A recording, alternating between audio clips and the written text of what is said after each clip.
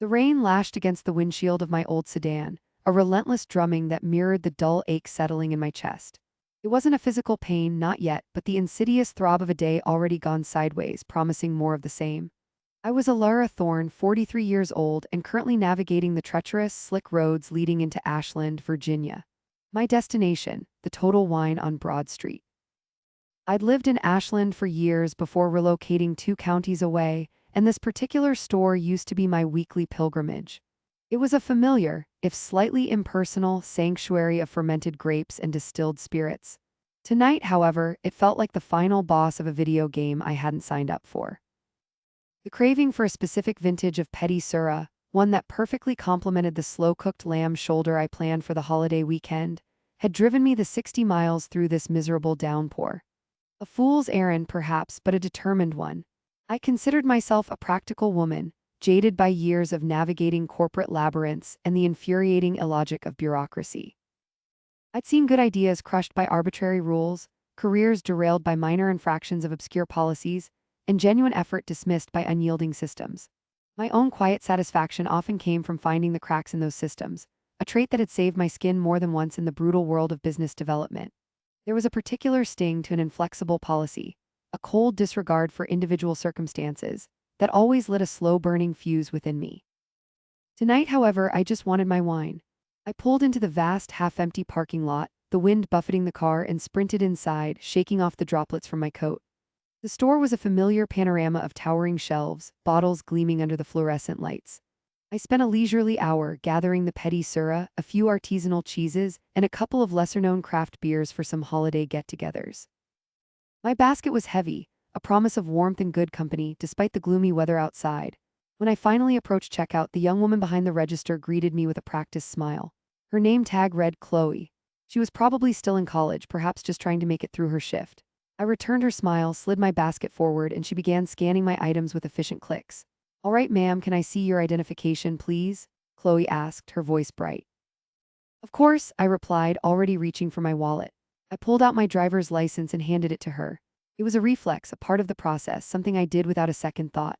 At 43, I hadn't been carded in years at my local store, but I understood the necessity of protocol. Chloe took my ID, her brow furrowing slightly as she looked from the photo to my face. A small, almost imperceptible hesitation. Then she scanned it, her fingers hovering over the keypad. "I'm sorry, ma'am," she began, her smile fading. "I'm going to need to see the ID of the other person you're with." My hand, which had been reaching for my wallet to put my ID back, froze midair. "I'm sorry?" I asked, my voice betraying my confusion. "The other person? I'm alone." Chloe's eyes darted nervously around the empty checkout aisles. "Oh," she said, her voice dropping. "Well, I have to go get my manager then." She didn't meet my gaze as she placed my ID back on the counter. A wave of mild annoyance rippled through me. This was the kind of petty bureaucratic snag that always seemed to find its way into my life. "Okay," I conceded, exhaling slowly. "Fine." I stood there patiently watching Chloe disappear around a tall display of sparkling wine. The line behind me, thankfully, was non-existent. A part of me, the jaded part, knew this wouldn't be simple. The empathetic part, though, felt a twinge of pity for Chloe. She seemed genuinely flustered, probably just trying to follow some convoluted rule. What was this about anyway? Who did they think I was with? A few moments later, a man in a crisp white shirt, his name tag identifying him as Mark, assistant manager, appeared from around the corner. He had the air of someone perpetually inconvenienced, his eyes already narrowed with prejudgment. He approached the register slowly, Chloe trailing behind him like a chastised child. "Is there a problem here?" Mark asked, his voice flat, not bothering to make eye contact with me. Chloe wrung her hands. "She said she's alone, sir, but she was with someone." Mark finally looked at me, a dismissive glance that swept over my face before settling on the ID still resting on the counter. "Ma'am, my cashier observed you entering the store with another individual. Our policy requires all members of a party to present valid identification at the point of sale." My confusion deepened into irritation. "I was not with anyone," I stated, my voice firm. "I drove 60 miles through this storm to get this specific wine. I've been shopping at this location for years, long before I moved." I gestured to the basket. "I've just spent an hour gathering these items. I'm quite certain I was alone." Mark picked up my ID. He gave it a cursory glance, then looked up at me, a faint, almost imperceptible smirk playing on his lips. "Well, unfortunately, ma'am," he began, his voice dripping with condescension, "you look young." My jaw clenched. I felt a hot flush creep up my neck. 43. I was 43 years old. And he was holding my ID in his hand, a document that clearly stated my birth date. My jadedness warred with a sudden searing indignation. This wasn't just a bureaucratic snag, it was a personal insult, delivered with casual arrogance. Words hung in the air, mocking my wasted time, my long drive, my efforts. Are you serious? I managed, my voice strained. You're holding my ID, it states my age, I've been shopping here for 4 years, I can even offer you a second form of identification if you need it. He just shook his head, that infuriating smirk broadening into a small, almost imperceptible giggle. No ma'am, our policy is clear, and frankly you can come back tomorrow. Alone. That was it, the giggling, the casual dismissal. The utter disregard for the effort I had put in, the stormy drive, the time spent. It wasn't just about the wine anymore. It was about the sheer, unadulterated disrespect, the power trip of someone who clearly reveled in enforcing a nonsensical rule. This was the kind of unyielding bureaucracy that had cost me dearly in the past, that had eroded my faith in fair play. My fingers curled into fists inside my pockets. So you're telling me, I said, my voice dangerously quiet, that after driving 60 miles in a rainstorm, after spending an hour in your store, you're denying me this purchase because you think I was with someone who might have left? He simply shrugged, eyes cold. That's correct. I stared at him, then at Chloe, who was now staring at her shoes. The air crackled with my suppressed fury. There was no point arguing further. His mind was made up, reinforced by whatever warped interpretation of policy he held. I pulled my ID from the counter, snatched my purse, and turned to leave, leaving my basket of carefully selected items abandoned at the checkout. My heart hammered against my ribs, a drumbeat of pure, unadulterated rage. The drive home was an hour and a half of simmering resentment. The rain continued its relentless assault, mimicking the tears of frustration I refused to shed. Every mile was a reminder of the wasted time, the wasted gas, the infuriating disrespect. I replayed the assistant manager's condescending tone, his casual giggling. It fueled a growing determination that this incident, unlike countless others I'd let slide, would not stand. This wasn't just an inconvenience, it was an affront to logic, to customer service, to basic human decency. As I drove, my mind already began turning over the possibilities, the ways to address this particular injustice. It was a familiar pattern for me. When bureaucracy was inflexible, when systems failed common sense, I found a peculiar satisfaction in finding the points of leverage. This experience was only promising a storm of its own, brewing inside me. The next day, still fuming, I drove to the Total Wine closest to my new home. It was a stark contrast to the Ashland location. The staff here were friendly, genuinely helpful, and most importantly, didn't bat an eye when I paid for my purchases. No ID check, no accusations, just polite, efficient service. Unfortunately, they didn't have the specific petit sura I wanted, which solidified the unique frustration of my previous night's ordeal. This confirmed it. The Ashland store was operating on its own bizarre rules, or at least, its assistant manager was. Later that evening, an email landed in my inbox. How was your recent Total Wine experience? It was a standard customer review request, the kind I usually deleted without a second thought. But this time it felt like an invitation. A tiny spark in the dark. I clicked the link, selected the Ashland location, and began to type. I described the incident in meticulous detail, recounting the manager's exact words, the absurd reasoning, the wasted journey. I laid out my case calmly, factually, but with an underlying current of simmering indignation. I ended the review simply, stating that such practices were unacceptable and reflected poorly on their brand. The next morning, my phone rang. The caller ID showed a local Ashland number. I knew immediately who it was. I took a deep breath, steeling myself. The voice on the other end was clipped, professional, and undeniably female. This is Brenda, the store manager from Total Wine in Ashland. I'm calling about a review you left regarding your recent visit. Yes, that's correct, I replied, my voice steady. You reviewed the cameras, Miss Thorne, Brenda began, her tone already laced with an edge of accusation. And our footage clearly shows you entering the store at the same time as another individual. That constitutes a party. My eyes widened. I don't know who you're talking about, I stated, genuinely perplexed. I arrived alone. I parked my car, walked in. If someone happened to walk in at the same moment, I didn't acknowledge them, nor were they with me. It doesn't matter, Miss Thorne, Brenda cut in, her voice hardening.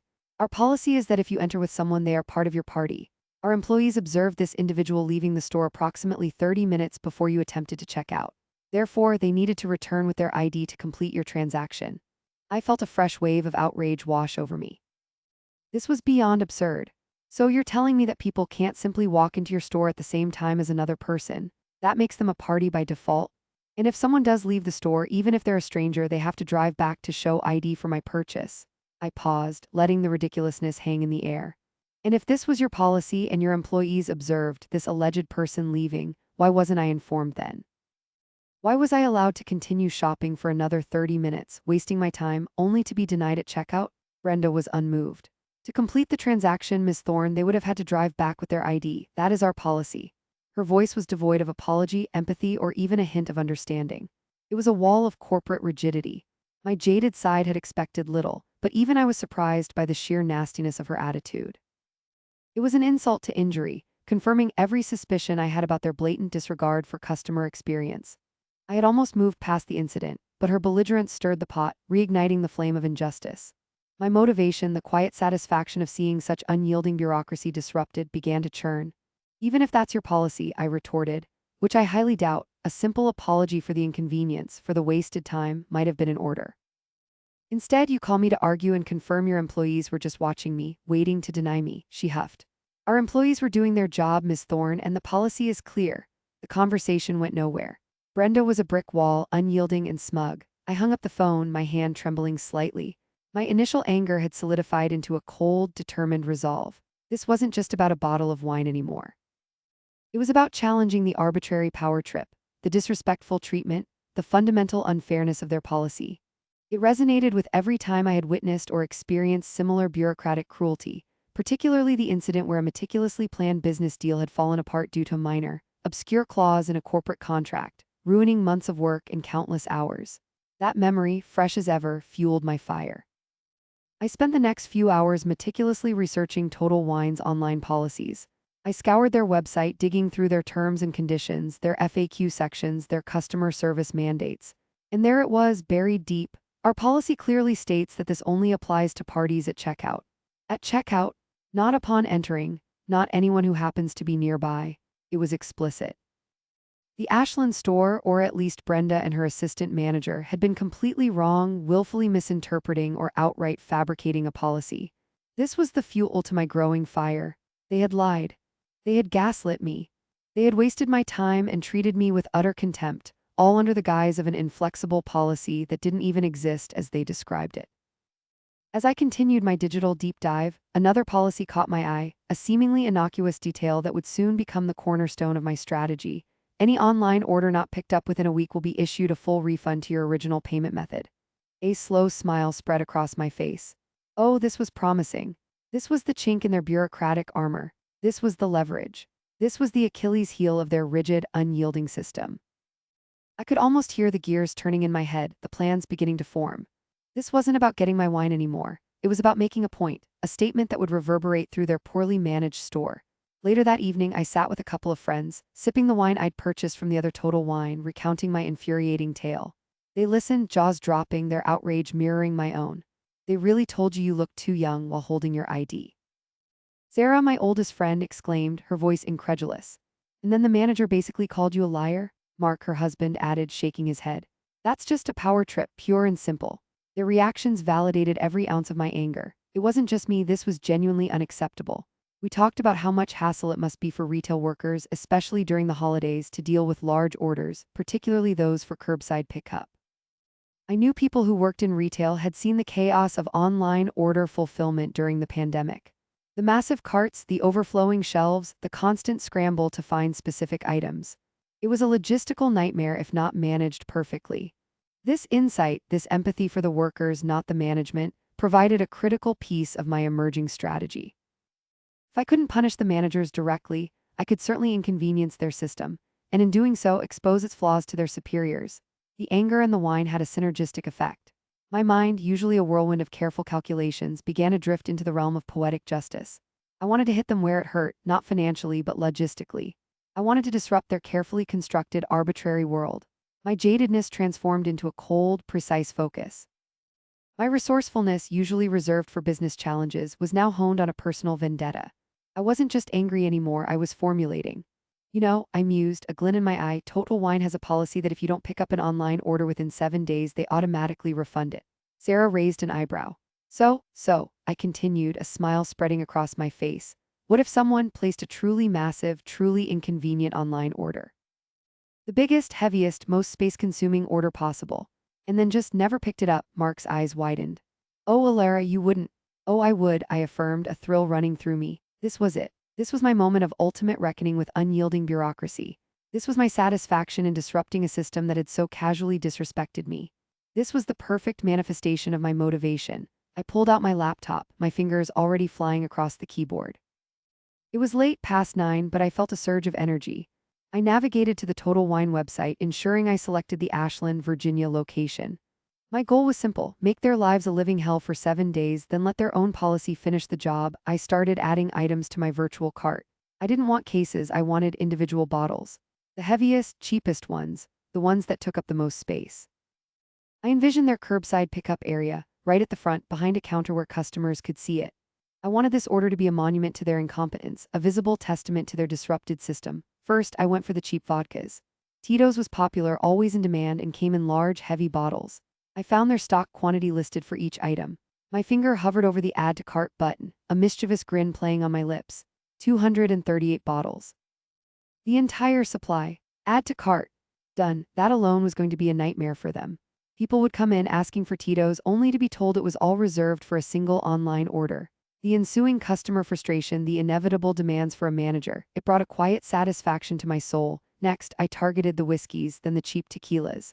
I made sure to select brands that were frequently behind the locked glass cabinets. I remembered working retail years ago, the annoyance of having to constantly grab keys, unlock cases, retrieve items, and then relock them. Imagine doing that for hundreds of individual bottles, each requiring a separate trip for a single monstrous order. This wasn't just about weight and space. It was about labor, about throwing a wrench into their tightly scheduled day. I added gallon-sized jugs of cheap wine, the kind that came in plastic containers and took up an absurd amount of shelf space. I picked up a few dozen bottles of mixers, large cases of sparkling water, anything that would contribute to the sheer bulk. I imagine the employees, already stressed from holiday demand, having to pick each individual item, loaded onto multiple carts, and then find a place to store it for a week. My cart total steadily climbed. $500, $1,000, $5,000. I just kept going, stopping only when my boredom threatened to overcome my vengeance. $10,000. An insane, ludicrous sum for a single unpicked up order. I clicked place order. An email confirmation arrived almost instantly. Thank you for your Total Wine and More order. This email confirms your order has been received. Please wait for your ready for pickup email before heading to the store. Pickup times are not guaranteed. The last part made me pause. Would they just cancel it? Would they call? My jaded side was prepared for the anticlimax. 5 hours later, another email popped up. Your Total Wine and More order is ready for pickup. I stared at it, surprised. It had taken them longer than their promised 3 hours, a sign perhaps of the chaos my order had already wrought. But they'd done it. They had actually assembled the massive order. A slow, triumphant smile spread across my face. This was progressing beautifully. The email also contained a small section on their pickup policy. The recipient of the order needs to be 21. I chuckled. So you could have minors in your car, but they couldn't be the recipient. More layers of corporate absurdity ripe for exploitation. Days passed. 3 days after the order, a gentle reminder email. Just a friendly reminder that your Total Wine and More order is ready for pickup. On day 7, the final notice email arrived. Your Total Wine and More order has been awaiting pickup for 7 days. This is your final notice. Orders not picked up within 7 days will be automatically refunded to the original payment method. This was the moment I had been waiting for. The system, in its rigid adherence to policy, was preparing to eat its own tail. The revenge was almost complete, but day 8 came, then day 9, and still no refund. No email confirming cancellation. My eyebrow raised. This was odd. Their policy was automatically refunded. Was their system broken, or was something else afoot? My resourceful nature kicked in, prompting me to delve deeper. Then on day 10, my phone rang. It was an Ashland number again. I answered, a sense of anticipation bubbling within me. Hello, this is Brenda from Total Wine in Ashland, the voice on the other end said. But this time her tone was strikingly different. Gone was the clipped, condescending edge. Her voice was strained, almost deferential, tinged with a desperate plea. I'm calling about a large online order placed under the name Alara Thorne. I almost laughed. She knew my name, she remembered me. The review had done its job, planting me firmly in her mind. This was the payoff I had been waiting for. Yes, I replied, my voice calm, neutral. MS. Thorne, your order has been here for 10 days. We've sent several reminders. When are you planning to pick it up? Her voice was tight, a thinly veiled frustration barely contained. I allowed a beat of silence to hang in the air, savoring the moment. This was the precise point of leverage. This was the vindication. Oh, that order, I said, as if it had completely slipped my mind. Yes, I actually went to pick that up a while ago, a few days after I placed it. But the assistant manager told me I looked too young. So I just went to the other Total Wine closer to my house and picked up the same stuff there. The silence on the other end was deafening, crackling with unexpressed fury. I could almost hear Brenda's face turning purple. The absolute audacity of her original claim, flung back at her with perfect, ironic precision. My own words, a mirror image of their contemptuous dismissal. This was the grand payoff, tasting sweeter than any wine. Finally, Brenda's voice returned, sharp and incredulous. Are you seriously not coming to pick this up? Nah, I drawled, a satisfied smirk playing on my lips. I think I'm good. The line went dead. She had hung up just like that. The abruptness of it was almost comical. I pictured her standing amidst towering stacks of Tito's vodka and cheap wine, her face a mask of impotent rage. The image was delicious. My jaded soul found immense satisfaction in this disruption of her meticulously ordered, rule-bound world, but the thought nagged at me. Day 10. Why hadn't the order been refunded automatically after day 7? My inner detective, fueled by my resourcefulness, kicked in. I called Total Wine's general customer service line. Hello, I said, adopting a polite but firm tone. I placed a large online order at your Ashland location and it's been 10 days. Your policy states orders are automatically refunded after 7 days if not picked up, but I haven't received a refund. The customer service representative checked my order. Oh, I see it here, ma'am. Yes, it should have been canceled and refunded automatically. Sometimes, though, individual stores hold onto them, especially large orders, hoping the customer will still pick them up, or they wait until the end of the month to process refunds. There it was, the final piece of the puzzle. The store manager, Brenda, had been trying to game the system, holding onto the $10,000 order to avoid a negative impact on her monthly sales numbers.